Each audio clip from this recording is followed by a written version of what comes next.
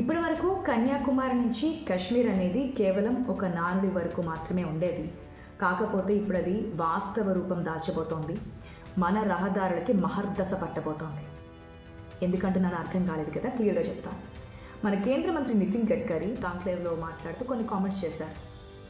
దాంట్లో భాగంగానే ఏదైతే మన దేశాన్ని డెవలప్మెంట్ కావడానికి ఏ విధంగా ముందుకెళ్ళాలి, వేటి మీద ఫోకస్ చేయాలి, ఏ విధంగా ముందుకు కదలాలనే వాటి గురించి మాట్లాడారు. దాంట్లో భాగంగానే మన దేశంలో మెయిన్గా రెండు, వ్యవసాయం, పారిశ్రామిక రంగాలు, ఈ రెండు రంగాలు చాలా మెయిన్ కదా. ఇవి డెవలప్ కావాలంటే రవాణా అనేది సజావుగా ఉండాలి. రవాణా జరగాలి అంటే రోడ్ల కనెక్టివిటీ అనేది పెరగాలి.